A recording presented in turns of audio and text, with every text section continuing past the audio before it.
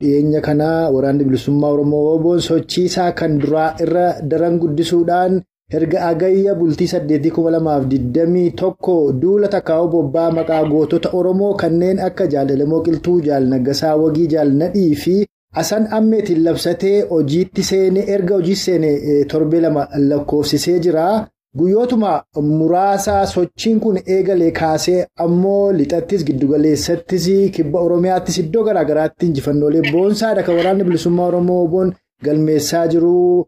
Magaalota baadiyyaadhaa aga honaattillee sadarkaa qabatutti deemaa bifa jirtantu mul'ata. Haa ta'u malee PP'n sanaan raafamuudhaan intarneetas balleessiteedha jirti, akkasumas neetwoorkii bilbilaa ammeessitee jirti. Mee akka kibba Oromiyaatti WBO'n eessaa ka'ee eessa jira, maaliif jirtan mee marii keenya kanarraa aanfannaa?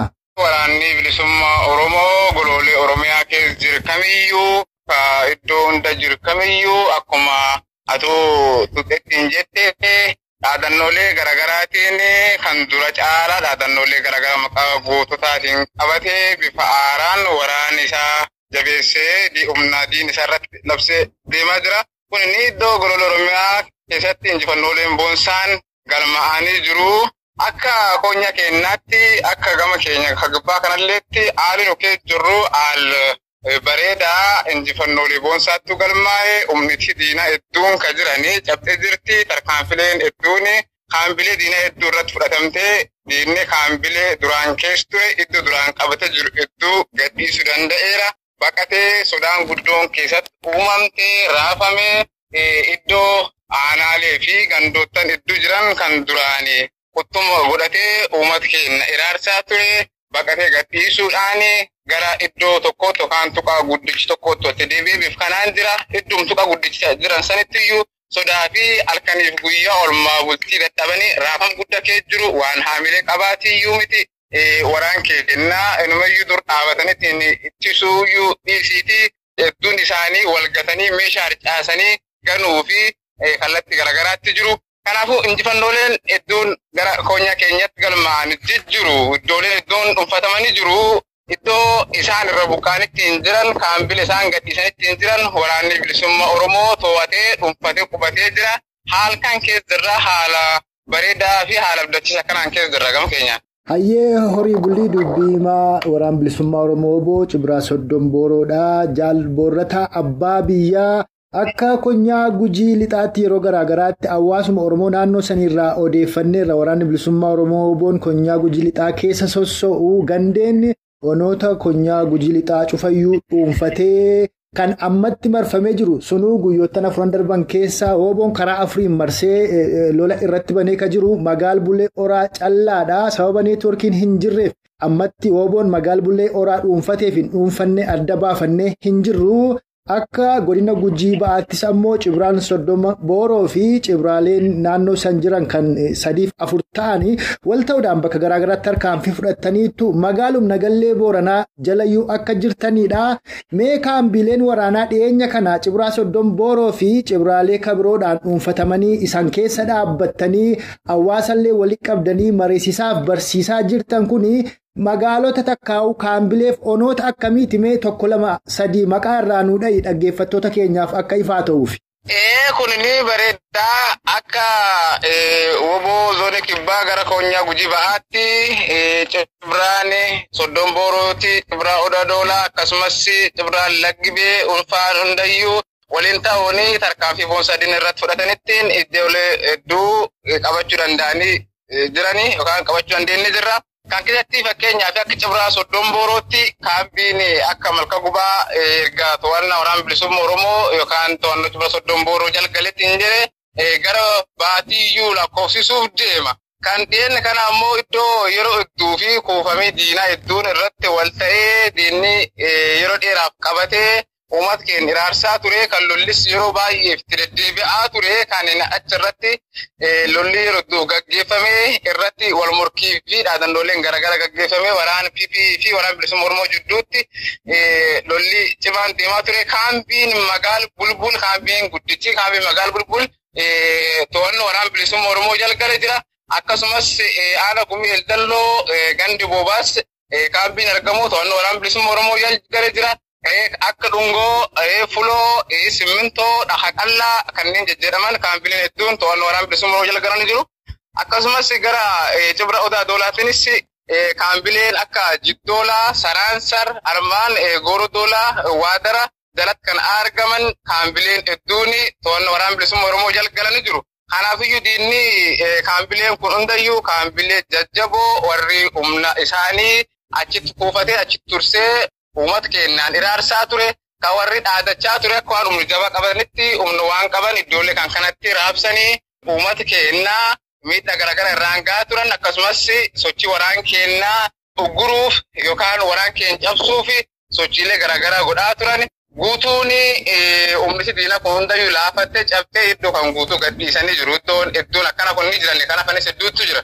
Hayyee bareedaa qabxii jalqabaa keessatti humni diinaadhaa kaambilee jiran hedduusaa lakkisuudhaan dheetee ammoo bakka tokkotti walitti qabamee jiraa jette kaambii isaan amma yeroof itti walitti qabamanii jiran kun kan magaala Nagellee Booranaa keessatti argamu Arbaarettenyaa Kifilxoor jedhan sana yoo san ta'e sanirraas ammoo Wooboon kiiloomeetira 3-7 waan hin caalle irratti akka argamuuf dhiyeenyuma kana naannoo sanatti illee tarkaanfii fudhatuu keessantu dhaga'ama. Mee eessa bakki diinni itti walitti qabamee jiru kun? Kunini diinni iddoolee garaagaraa kaambilee garaagaraa keessaa baqateetti hin jiru. Kunini kaambii guddicha godina jala jiru magaalaa Nagellee Booranaa magaalaa gudditti godinaati. Magaalaa gudditti godinaa kan keessatti kaambiin guddichi achi jira.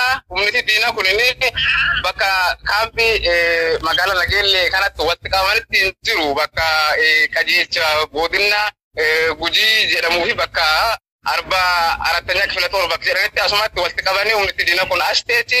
Waraanni bilisummaa Oromoo sokaa waraanni keenyas magaalaa kanayyuu seenee kallattii gam tokkoon keessa oolee bulee akka barbaadetti magaalaa keessa oliif gad deemee hawaasa isaa haasofsiise magaalattii keessa socho'aa jira. Sochii waraana keenyas magaalattii keessayyuu to'achuu hin dandeenye. Akkuma barbaadee waraanni magaalaa keessa deemee uummata yoo haasofsiiseyyuu akkuma barbaadee waraanni magaalattii keessa deemee yoo waan barbaade sochii barbaade gaggeessayyuu warri sodaa irra kan ka'e kaambii keessaa kan gadi hin baanedha.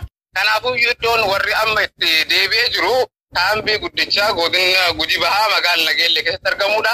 Kaanis godinuma kan jala kaambii guddichi tokkotu jira magaalaa Adoolawaayyuu kan jedhan jala asitti deebi'anii jiru. Kanaafuu kuufamni diinaa kun iddoolee gurguddoo kan lamaanitti deebi'anii uffittisuu fi yaalaa jiru. Ajedhaniyyuu malee uffittisnaa yoo jedhaniyyuu malee keessi warraa sodaa warraa waan baay'eetti mul'ata. Adoo akkuma barbaadee waraanni bilisummaa Oromoo dhufetti dhukaaseyyuu deebii kan hin kenninee fi sodaa fi kan gadi hin baanedha.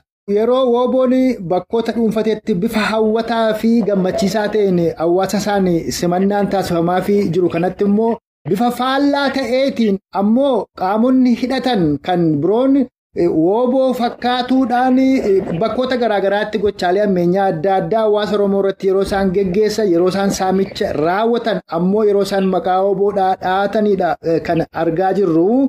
Keessumaa gochaan akkanaa kun lixa Oromiyaa fi giddugaleessa Oromiyaa bakka tokko tokkotti mul'atee jira. Mee gochaan badii qaamota Wooboo of fakkeessanii deemaniin lixaaf giddugaleessatti mul'ate kun gara kibba Oromiyaatti waan mul'ate jira. Kan gochaa akkanaa hawaasa Oromoo irratti raawwatu eenyu akka ta'e eeruun waan waraana bilisummaa Oromoo ga'ee jira yookaan qaamonni akkasii ka to'ataman jiru eenyu isaan kun? Tolee kun bareedaadha. Humniti mul'attu humniti bifa adda ta'een mul'ate adda baafame kan waraana bilisummaa Oromoo fakkaatee koonyaa keenyatti mul'atettiin agammaatti argamee jiraachuu yoo baate. Golol Oromiyaa iddoo garaagaraatti gochaaleen akkanaa kun akka raawwataman akka mul'atan dhageenye jirra gurra qabna waan jiraati. Gam keenyatti bifa waraanaatiin sochiiyyuu godhuu yoo baatan bifa garaagaraatiin bifa uummataatiin socho'anii ani dabballee waraana bilisummaa Oromoo ture an dabballee ABO'ti an akkanaa waraana bilisummaa Oromootti galuu barbaada jedhanii bifa uummataatiin qaruuxilee garaagaraa gara waraanaatti erganii humna waraanaa fi haal sochii waraanaa akkasumas haal hawaasni kun keessa jiru qorachuudhaa fi sochii jarri taasisaa jiru humniti akkana kunini kan bifa uummataan sochoote an dabballee waraana bilisummaa Oromooti. Kanaaf garnatti argametti hin jira jette hawaas keenfaa burjaajeessitu hawaas keenfaa dogongorsiiftu kan akkasumas lafkee sochoote waraanas dogongoraalee garaagaraa irratti yaalaa turte.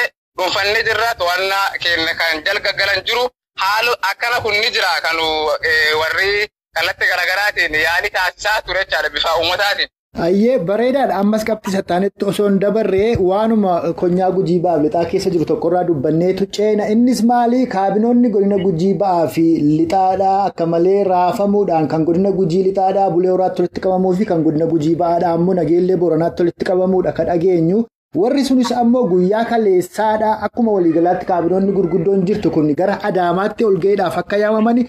Olga'ii sanis immoo akka hin dhannee fi wooboon daandii cufee waan jiruu fi kallattii biraadhaan daandii gara ollaatti geessu keebaanii akka dhaqan waan jedhaatu jira. Sanirraa wanti quba qabdan jira. Warra kana to'achuudhaaf sochii wooboon itti jiru jira. Mee kanarraa nu himiitii gara qabxii sattaanutti ammoo dabarra. Kunini qabatamaa daandileen baasisuu kan godinaa fi godina wal qunnamsiisuu kan aanaa fi aanaalee wal qunnamsiisuu guutuuyyuun. Waraana bilisummaa Oromootiin uggurame jira. Daandiin baasisuyyuu tokkoyyuu hin jiru. Uummata nagaa kan nagaan sochii isa gaggeessu irraa kan hafe qaamii mootummaa waraanni mootummaa tokkolleen akka hin sochoone socho'uu fi darbuu akka hin dandeenye waraanni bilisummaa Oromoo daandilee jiran guutuu uggure jira. Kanaafi kun soda guddoo fi rifaatu guddaa keessatti uumee jira. Daandilee gurguddoo fakkeenyaa fi Mooyyalirraa kallattii Bulee Horaa Armaanii kallattii gara naannoo kibbaa kanaan armaan gara Lillaa fi Hawaasaa geessu guutuu waraanni bilisummaa Oromoo kallattii qabu hundatti iyyuu kutee daandii kun cufaadha. Akkasumas kaampii guddicha reefu jenne kan godina Gujii magaalaa Nageellee Booranatti argamu karaan guddichi achirraa ka'ee kallattii Finfinneetti qajeelchuu kunis iddoo hedduutti waraanni bilisummaa Oromootiin addaan citee to'annaa waraanni bilisummaa Oromoo gara jira. Akkasumas daandileen magaalaa Nageellee kanarraa kaasee kallattii armaan gara godina Liiban yookaan gara Soomalee deemus waraanni bilisummaa Oromootiin citee jira. Kanaafuu daandileen hedduun akkana kunini daandileen godinaaf godina wal qunnamsiisan kan aanaaf aanaa wal qunnamsiisan akkasumas gandaaf gandoota wal qunnamsiisan guutumaa guutuutti to'annoo waraanni bilisummaa Oromoo jalgalee jira. Waan waraana bilisummaa Oromoo fakkeessanii hawaasa Oromoo bobbaasuuf saamsisuu kana kan raawwatu warruma qaama mootummaa Koloneel Abiy ta'uun beekamaadha. Kana keessattis ammoo jeneraalotumti Koloneel Abiy kanneen afaan Oromoo dubbatanii loltoota isaanii keessaa warra amanamoo ta'an rifeensa namtolchee yookaan wiiggii tolchanii fi uffannaa waan waraanni bilisummaa Oromoo uffatuuf kaawwatu fakkeessanii yeroo garaagaraatti lixatti bobbaasanii kaambii saamsisaa turaniiru giddugaleessatti akkasuma arras ammoo kan gocha akkasii kana raawwataa jiru isaanumaadha kan hawaasni jedhu. Kanas ammoo waboo waan humnaan yookaan lolaan dadhabanii fi karaa shiraaf gochaalee akkasii kana raawwatanii woboof hawaasa Oromoo olitti buusuu fi waan godhamuudha jedhama. Har'a woboo fi hawaasni Oromoo isin keessa socho'aa jirtan isin barsiisaadha jirtan akkamittiin wal fudhattanii jirtu? Hawaasni maal isiniin jedhaa jira? Isinoo hawaasa maal barsiisaa jirtuun gaaffii keenya ka duraati. Itti aansuudhaan immoo dhimma waraanni bilisummaa Oromoo woboon warra TPLF fi waliin waraana irratti yookaan wal dhaga'uudhaan woboon warra TPLF fi farda ta'etu Oromiyaa dhuunfachiisuuf deemaa jira isa jedhan fi olola saniin deemaa jiru irratti immoo qabxii ittaanu keessatti kaafannaa. Jalqaba akkamii wal dhagaa jirtan hawaasa Oromoo bal'aa waliin maal barsiisaa jirtu? Hawaasni Oromoo attamii isinirraa fudhataa jira waan barsiiftan?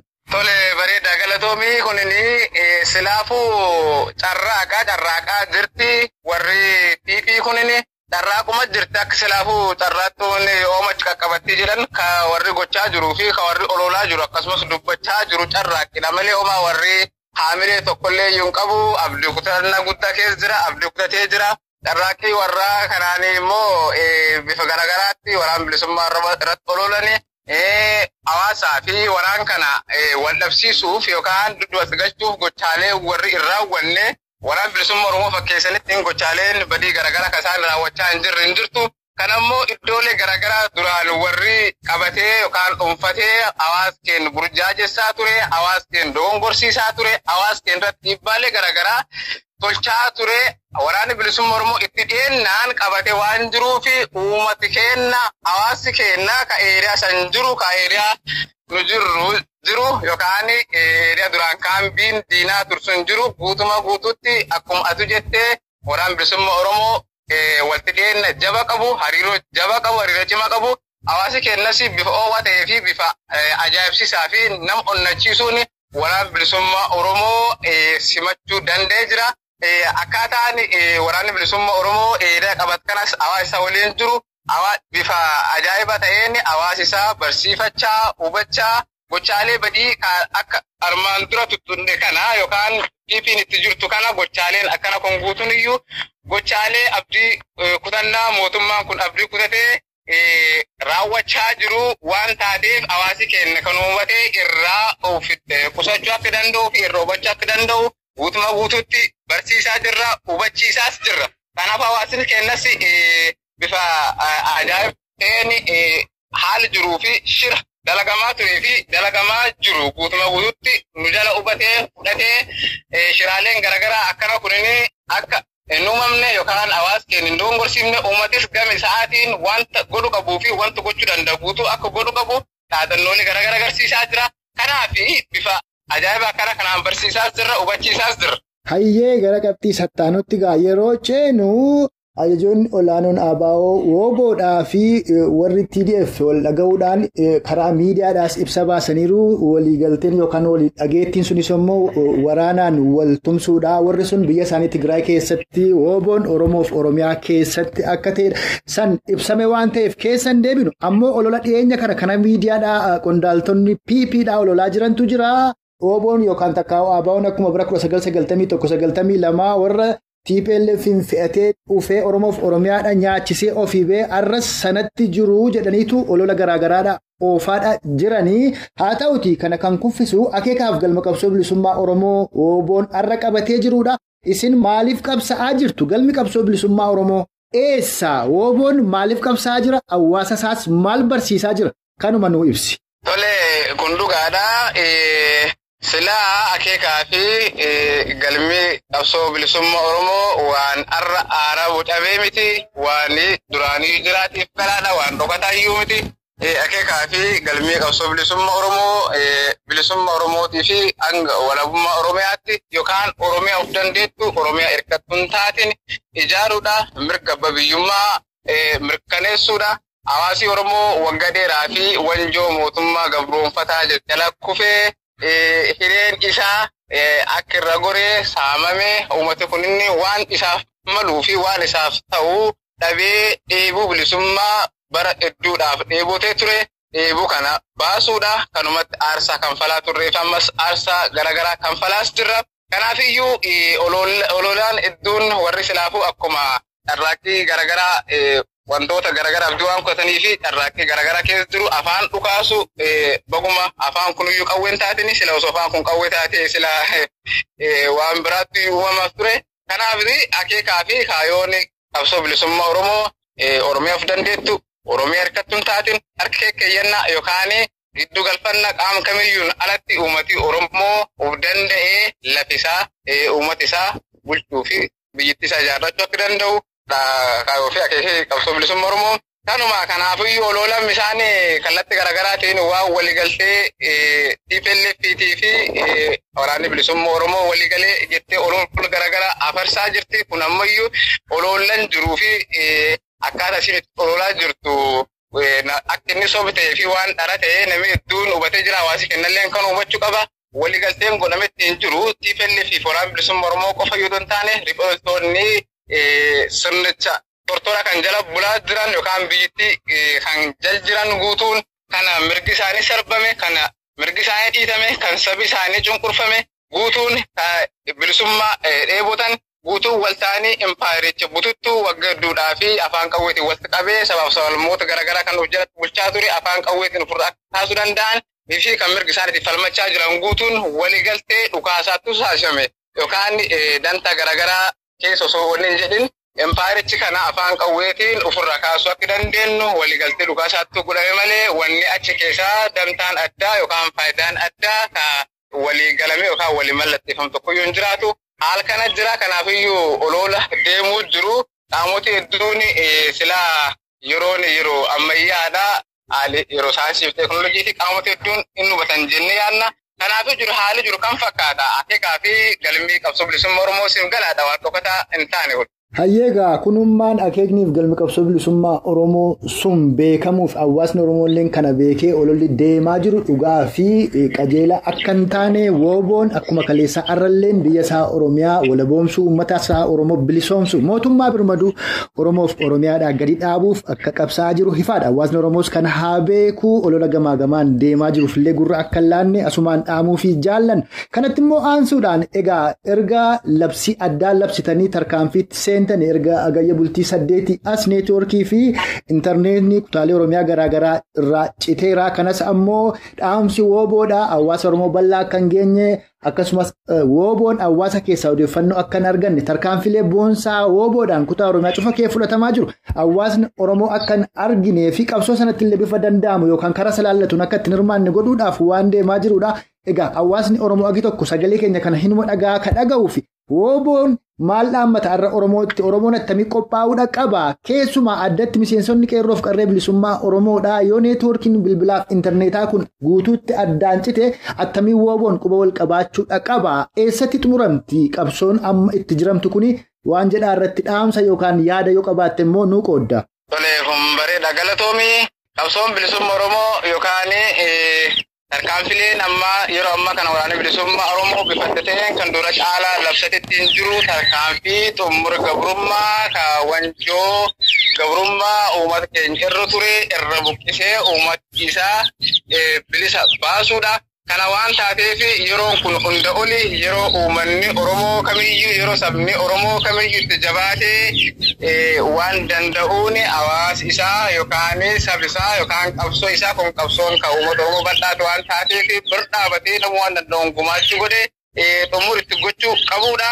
Kanaafiyyuu olola garaagaraa ka diinni oofaa jiru ka diinni uummata keenya burjaajessuu fi akkasumas hawaasaa fi qeerroo keenya daandii irra marsuu fi ololaa jiru namuu gurra akka itti laanne akkasumas waan danda'uun qabsichi kan xumura itti godhe yeroon kun yeroo galma keenyaa itti geennu yeroon gabrummaa kan itti xumurre bilisummaa keenya itti dhandhamannu fagoo waan hin taaneef tarkaanfii amma godhaa jirru kan kamiyyuu hawaasii Oromoo bal'aan akkasumas qeerroo fi qarreen filan guutuun waan danda'aniin kallattii jiraniin qabsoo waraana bilisummaa Oromoo bir dhaabatanittiin gumaachuu hundayyuu godhuu qabanii.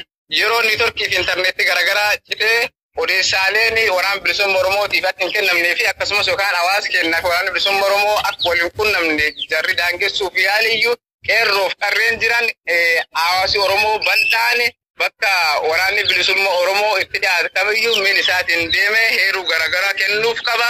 Dammaqiinsaan odeessaalee fi gochaalee fi raawwattu yookaan mootummaan garbooffataan kun raawwatu jalqabee qulqulleessee heeruu waraana bilisummaa Oromootiif kennuu qaba.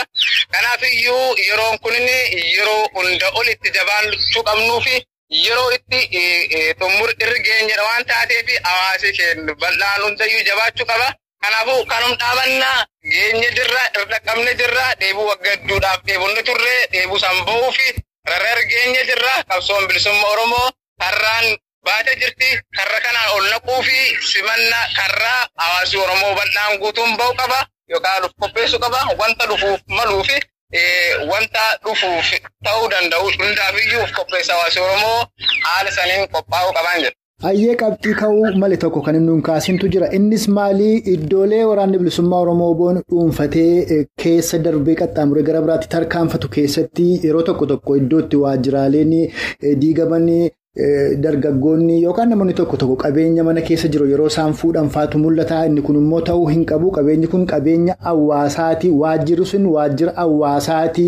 Boris Ooboon yeroo mootummaa ta'utti waajjirri sun waajjira Oobooti. Waajjira uummata Oromooti. Qabeenyi kan mootummaan kunuunfataan itti fayyadamaa ture saamamuu fi manca'uu hin qabu. Kan uummataati uummati tikfatuu qabaa jedhaniitu miseensonni waraana bilisummaa Oromoo karaa garaagaraatis dhaamaadha turanii ammallee dhaamaadha jiranii. Hawaasnis waan kana kaasaa ammoo wooboonis caasaa diriirsaa akka bulchiinsaatti lafa qabsiisaa deemaa jira. Dhimma qabeenya ofii tikfatuu irratti caasaa diriirsuu irratti kun dirqama hawaasaatis waan ta'eef kanarratti xinnoo waanuu jettee asumaan yoo marii keenya obbaafne. Dhugaadhaan silaafuu hawaasa bal'aa keessa hedduun jiraachuu danda'a. Namootaan garaagaraa qaamaalee garaagaraa qaban jiraachuu danda'an yeroo waraanni bilisummaa Oromoo iddoolee garaagaraa dhuunfatee jiru kana keessa faayidaa xixiqqoof jedhee namni gochaalee fokkatoo garaagaraa gochaalee mallee fi ta'uu hin qabne raawwatan hedduun jiru kan meeshaa hawaasaa fuudhani mana yookaan suuqii fi iddoo daldala hawaasaa saamani gochaalee hin taane fi safa hawaasan eeggannee kana kan qaamonni raawwatan jiru kan keessalleetti waraanni bilisummaa Oromoo haala jiru qabatamaan hawaasi isaa rakkoolee akkana kan dhufu maluu fi akkaataa irraa hawaasi kun ittiin of eeggachuu danda'uu fi gochaalee akkasii sun qaama raawwatee dabarsee waraana bilisummaa Oromootiif heeru akka inni kennu qabu guyyaarra guyyaatti cimsee barsiisaa jira diriirsee waan jira hubachiisaa jira qaamoleen ammoo nageenyummaa hawaasaa eeganii fi gochaalee nageenyummaa hawaasaa irratti hojjetanii waraana bilisummaa Oromootiin ijaaramee caasaan diriirfamee bifaan irratti hojjetamaa jira. Kanaafiyyuu heeruu hawaasii Oromoo kenneen qaruuxeen garaagaraa kenniteen qaamonni gochaalee badii akkasii osoo beekanis ta'e osoo hin beekin raawwatanitti hin jedhan waraana bilisummaa Oromootiin to'annaa jala galfamee barsiifamee hubachiifamee haala suniin itti deemamaa jira. Kanaafiyyuu haalli itti jirruu fi itti deemaa jirru hawaasa keenya waliin haala baay'ee gaariidha. Haala namoonni achiisuu fi nama abdachiisutti jira. Haala kanaan itti deemaa jirra gochaalee amma naasutti kanarrallee bifa kanaan irratti hojjechaa jirra.